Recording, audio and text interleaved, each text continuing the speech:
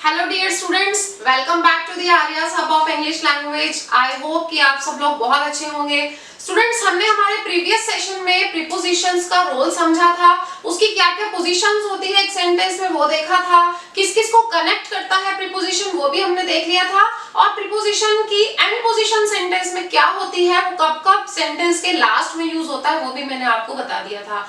तो अब आने वाले सेशंस में हम वन बाय वन प्रीपोजिशंस के रोल को पढ़ेंगे कि कौन सा प्रीपोजिशन कैसे काम करता है, क्योंकि जैसा कि मैंने आपको बताया था बहुत सारे प्रीपोजिशंस अलग-अलग चीजें शो करते हैं, कुछ टाइम बताते हैं, कुछ लिंक्स बताते हैं, कुछ रीजन बताते हैं, कुछ डिस्टेंस बताते हैं, कुछ डायरेक्शन बताते हैं, कुछ पर्पस बताते हैं। तो कौन सा प्रीपोजिशन क्या शो करेगा वो हम देखने वाले हैं। तो आज के वीडियो के जो दो प्रीपोजिशंस है वो है बिटवीन वर्सेस अमंग।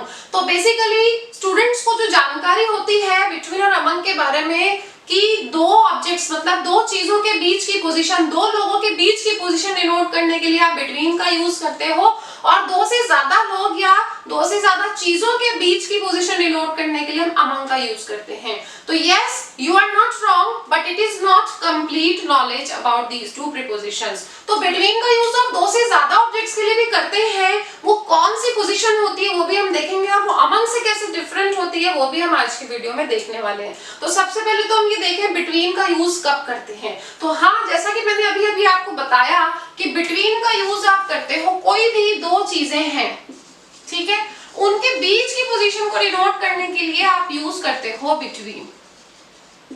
ठीक है, वही बात कि एक कॉमन छोटे से डायग्राम के थ्रू आपने देख लिया कि दो चीजों के बीच की पोजीशन को डिनोट करने के लिए यस आप बिटवीन का यूज करोगे। तो जैसा कि मैंने यहाँ लिखा हुआ भी है, to say that something is between two people, things और ग्रुप्स ऑफ थिंग्स। वही बात आ गई ना कि बिटवीन टू पीपल, दो लोगों के बीच की पोजीशन, थिंग्स दो चीजों के बीच की पोजीशन, और ग्रुप्स ऑफ थिंग्स, ऐसा भी हो सकता है कि ये दो ग्रुप्स हो, ये ग्रुप हो और ये ग्रुप हो। तो in this case also we use between to denote the position. ठीक है, जैसे हमने कुछ एग्जांपल्स लिए, यहाँ पर कॉमन से एग्जांपल्स हम लेते हैं। Q comes between P and R in the English alphabet। ठीक है, तो बोलो जरा ABCDEFG, आगे बोलो। तो आप सबको पता है ना कि Q की पोजीशन क्या होती है, PQRST। तो Q कहां पर आता है, P और R के बीच में।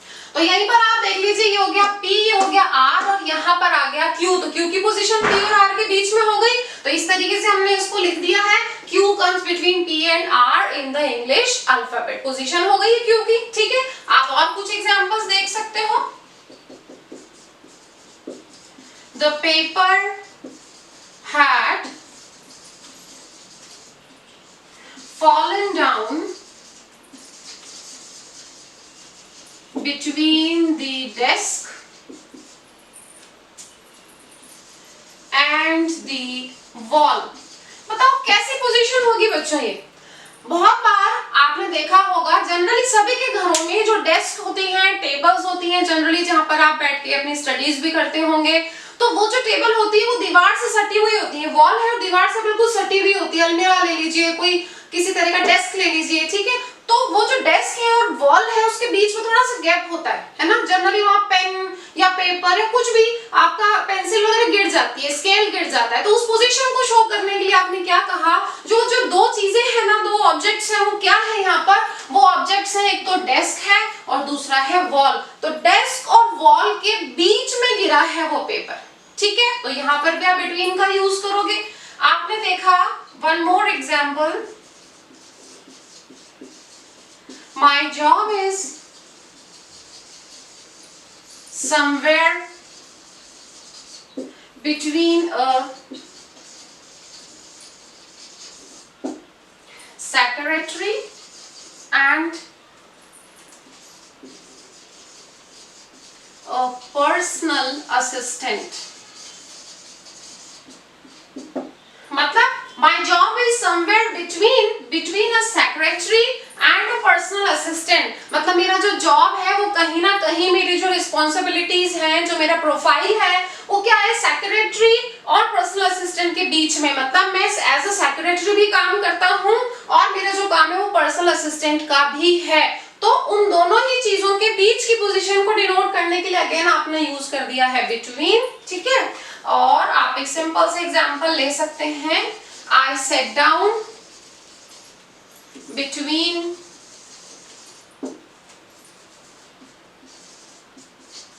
जो एंड डेविड, ठीक है। अब वही बात, टू पीपल, तो दो लोगों के बीच की पोजीशन बताने के लिए यहां तो बैठा था जो, यहां बैठा था डेविड और यहां कौन बैठा था, आई, मतलब मैं बैठा हुआ था। तो मेरी पोजीशन डिनोट करने के लिए आपने क्या बोला, इन दोनों लोगों के बीच की पोजीशन शो करने के लिए आई सेट डाउन बिटवीन जो एंड डेविड, मेरी पोजीशन जो थी वो जो और डेविड के बीच में थी, ठीक है। तो देखिए स्टूडेंट्स, बिटवीन का यूज अगर दो लोगों के लिए, दो चीजों के लिए, दो ग्रुप्स के लिए हो रहा है, उनके बीच की पोजीशन डिनोट करने के लिए हो रहा है, तो आप और देखो क्या क्या शो कर सकते हो। आप शो कर सकते हो डिस्टेंस, आप शो कर सकते हो कोई इंटरवल्स, ठीक है, सेपरेशन, ये सारी चीजें शो करोगे आप, है ना। अब आप ध्यान से समझने की कोशिश करो कि अगर इंटरवल है, अंतराल है, दो अंतराल है, या डिस्टेंस है या सेपरेशन है, तो मैं यहां लिख रही हूं, तो बच्चों वो हो सकता है एक पीरियड ऑफ टाइम, एक पीरियड ऑफ टाइम जो किसको सेपरेट करेगा, वो दो डेज को सेपरेट कर सकता है, दो इवेंट्स को सेपरेट कर सकता है, दो ईयर्स को सेपरेट कर सकता है ना।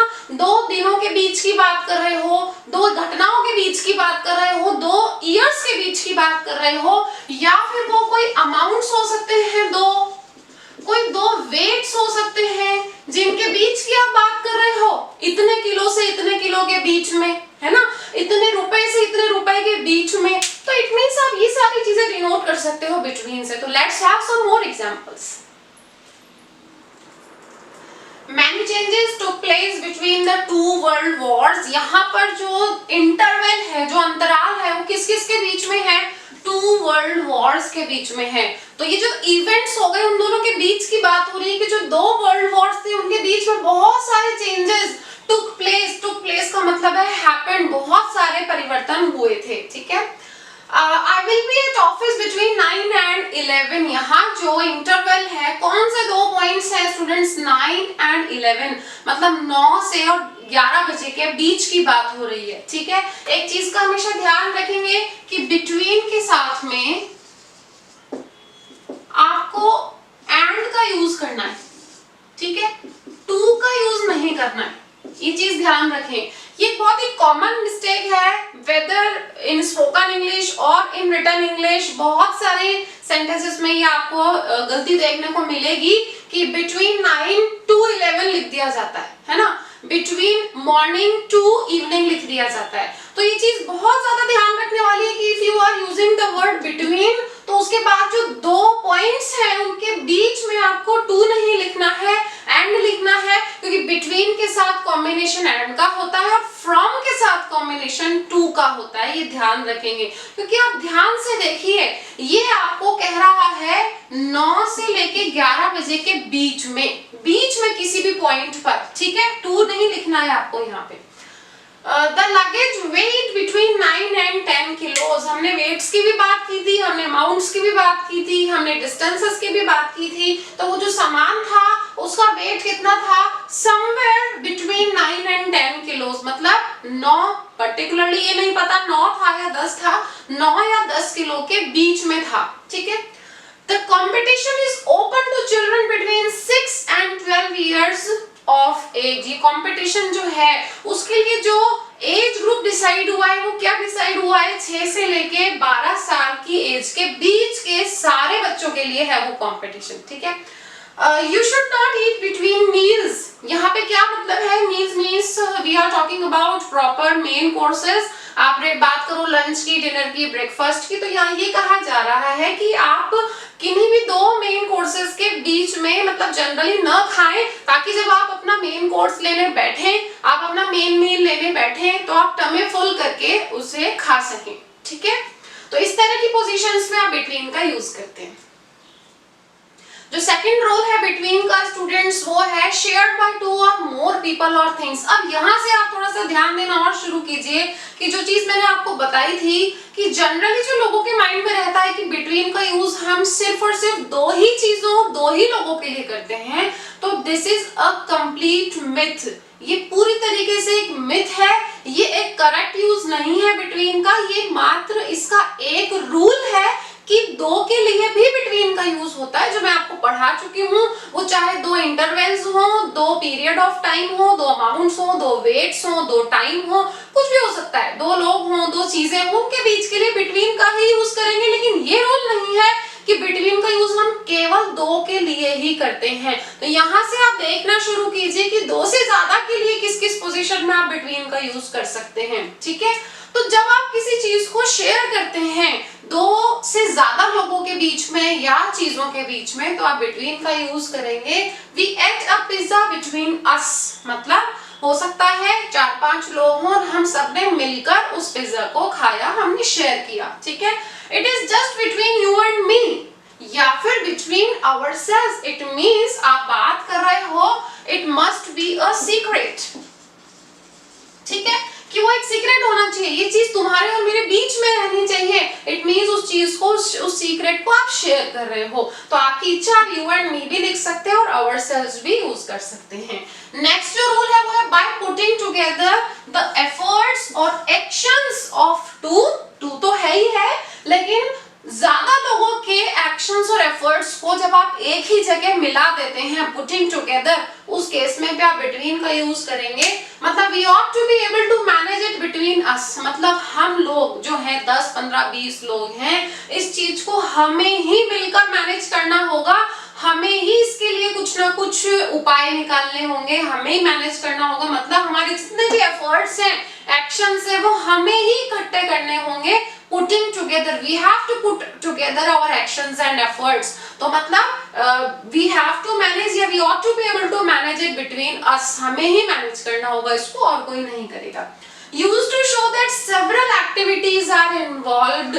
मतलब ये शो कर रहे हो आप कि बहुत सारी एक्टिविटीज इन्वॉल्व हैं। ऐसा आप तब करते हो जब आप इतनी सारी चीजों को राइट नहीं कर सकते, स्पीक नहीं कर सकते, आप एक्सप्लेन नहीं कर सकते, ठीक है? तो आप बोल सकते हो between working full time and taking care of the kids. अब ये जो दो पॉइंट्स लिए हैं ना कि between working full time and taking care of the kids, मतलब यहाँ पर ये दो पॉइंट्स लेके मैंने ये शो कर दिया कि इसमें बहुत सारी एक्टिविटीज इन्वॉल्व हैं, कि फुल टाइम काम करने और बच्चों को संभालने के बीच में she didn't have much time for hobbies, कि इतनी सारी एक्टिविटीज इन्वॉल्व थी, इसलिए वो अपनी हॉबीज के लिए ज्यादा टाइम नहीं निकाल पाई थी, ठीक है? सो स्टूडेंट्स, आप लोगों के लिए थोड़ा सा इस चीज को समझने के लिए इजी हो जाए, मैंने यहाँ पर कुछ नाउन्स और वर्ब्स लिखी हैं। These nouns and verbs are commonly followed by between. So some nouns are here: connection, difference, distinction, link, relationship, contrast. अगर इस तरह की नाउन्स आती हैं तो you must be sure that you have to use the preposition between in your sentence. And some verbs are here: choose, differentiate, distinguish and divide, ठीक है? तो कुछ एग्जांपल्स हैं यहाँ पर। There is definitely a link or connection between unemployment and crime. Unemployment और crime में जरूर इन दोनों के बीच में कोई कनेक्शन है, कोई लिंक है। There was not much to choose between the singers. यहाँ पर इसका मतलब ये है कि there was not much to choose between the singers. It means it was very hard for me to choose who is better. मतलब they were almost similar. They were good singers. ठीक है, ज्यादा डिफरेंस नहीं था उनमें। A distinction, contrast और difference, कुछ भी लिख सकते हो आप इसमें से, बिटवीन टू थिंग्स, कि दो चीजों के बीच में कॉन्ट्रास्ट है, किसी तरह की कोई भिन्नता है, डिफरेंस है। तो इन नाउन्स को और इन वर्ब्स को ध्यान में रखते हुए भी आप बिटवीन को सेंटेंस में यूज कर सकते हो। तो बिटवीन के सारे यूसेज पढ़ने के बाद अब हम आते हैं हमारे प्रीपोजिशन अमंग पर। तो वही चीज मैं आपको पहले बताऊं कि बिटवीन का यूज जहां हम ज्यादातर दो के लिए कर रहे थे और ज्यादातर जो जानकारी होती है हमें वो यही होती है कि अमंग का यूज हम दो से ज्यादा के लिए करते हैं। तो ठीक है, आप इसको ऐसे समझ सकते हैं कि सपोज ऐसे ये कोई ग्रुप है, ठीक है, ये कोई ग्रुप है किसी चीज का या लोगों का, उनके बीच में किसी चीज की या पर्सन की पोजीशन शो करने के लिए हम अमंग का यूज करते हैं। और ये जो चीज है देखो यहाँ इस तरीके से समझ सकते हो, सराउंडेड बाय, सराउंडेड बाय मतलब घिरी हुई। तो अगर मैं इसकी बात करूं, ब्लू इंक में जो मैंने बनाया है, it is surrounded by, in circle से सराउंडेड बाय है, घिरा हुआ है, या in the middle of somebody और समथिंग, और मिडिल में भी है और चारों तरफ लोग हैं, तो सराउंडेड बाय भी हो गया और in the middle of somebody और समथिंग भी हो गया। वहीं मैं अगर दूसरे की बात करूं, being included in groups of things और पीपल, अगर मुझे बात करनी है कि कोई चीज या कोई पर्सन इंक्लूडेड है किसी ग्रुप में, मिला हुआ है उस ग्रुप में, उसके लिए भी आप अमंग का यूज कर रहे हो, तो ठीक है, ये ग्रुप है उसमें ये इंक्लूडेड है, मिला हुआ है। तो इस तरीके से आप एक डायग्राम की फॉर्म में भी इसको समझ सकते हो। तो कुछ एग्जांपल्स लेते हैं। She build a house among the trees, मतलब कुछ ऐसा होगा कि ये एक हाउस है और इसके चारों तरफ क्या होंगे, ट्रीज। तो आप इस चीज को ध्यान से देखो, समझने की कोशिश करो कि जनरली अमंग जो है, अमंग के बाद में एक मास नाउन आएगी। मास नाउन मतलब कलेक्टिव नाउन आएगी, एक ग्रुप होगा वो, जैसे क्राउड हो गया, पीपल हो गया, स्टूडेंट्स हो गया, इस तरीके के वर्ड्स आएंगे। मास नाउन मतलब जो ग्रुप में होती है, क्योंकि ध्यान से देखोगे तो सराउंडेड बाय होनी चाहिए, मिडल ऑफ समबडी और समथिंग होनी चाहिए और इंक्लूडेड होनी चाहिए। तो वो ग्रुप में ही तो मिडिल होगी, सराउंडेड बाय होगी और इंक्लूडेड होगी, इसलिए इस चीज का भी ध्यान रखना। तो ये जो घर है उसके चारों तरफ क्या था, पेड़ थे। तो आपने सेंटेंस बना दिया, she build a house among the trees, मतलब वो जो घर है ना वो सराउंडेड बाय था, घिरा हुआ था पेड़ों से, ठीक है। I found the letter among his papers, मतलब एक पाइल ऑफ पेपर्स होगा, पेपर्स इकट्ठे होंगे, ठीक है, उसके बीच में मुझे कहीं वो लेटर मिला था, ठीक है। Being included in groups of things or people, relax, you are among friends now, मतलब relax, be comfortable means I include you among my friends now, मतलब अब तुम मेरे दोस्त हो इसलिए relax करो, it means you are included in the group of my friends, है ना। He was among the passengers who were escaped, among the passengers मतलब he was included in the group of passengers who were escaped, जिनको बचा लिया गया था उनमें सम्मिलित था, मतलब he was one of the passengers who were escaped, clear है, ठीक है। And the third rule of among is used when you are dividing or choosing something and three or more people, इस चीज का ध्यान दें, three or more people or things are involved। आपको ध्यान होगा अभी कुछ ही देर पहले हमने पढ़ा था कि बिटवीन का भी यूज हम कर रहे हैं डिवीजन और चूज करने के केस में, लेकिन वहां दो या दो से ज्यादा की बात हमने नहीं की थी। हमने ये देखा था कि दो में से आपको चूज करना है, दो में ही डिवाइड करना है। लेकिन अगर आप किसी चीज को डिवाइड कर रहे हैं या आपको चूज करना है और वहां पर लोग या चीजें दो से ज्यादा हैं, ठीक है, 3 और मोर देन 3 यहाँ लिखा हुआ है साफ साफ, 3 और मोर पीपल और थिंग्स आर इन्वॉल्व, उस केस में आपको अमंग यूज करना है। तो यहाँ आप देख सकते हैं कि वो चीज बिल्कुल क्लियरली समझ में आ रही है कि बिटवीन का यूज वहां हमने दो के लिए किया था और यहाँ डिवीजन और चॉइस के लिए हमने दो से ज्यादा के लिए अमंग का यूज कर रहे हैं। तो बहुत कॉमन एग्जांपल्स यहाँ लिखे हैं। He divided the money among 4 children, जो मनी है, पैसा है, वो कितने लोगों में बटा था, दो से ज्यादा थे, 4 बच्चों में वो बटा था, ठीक है।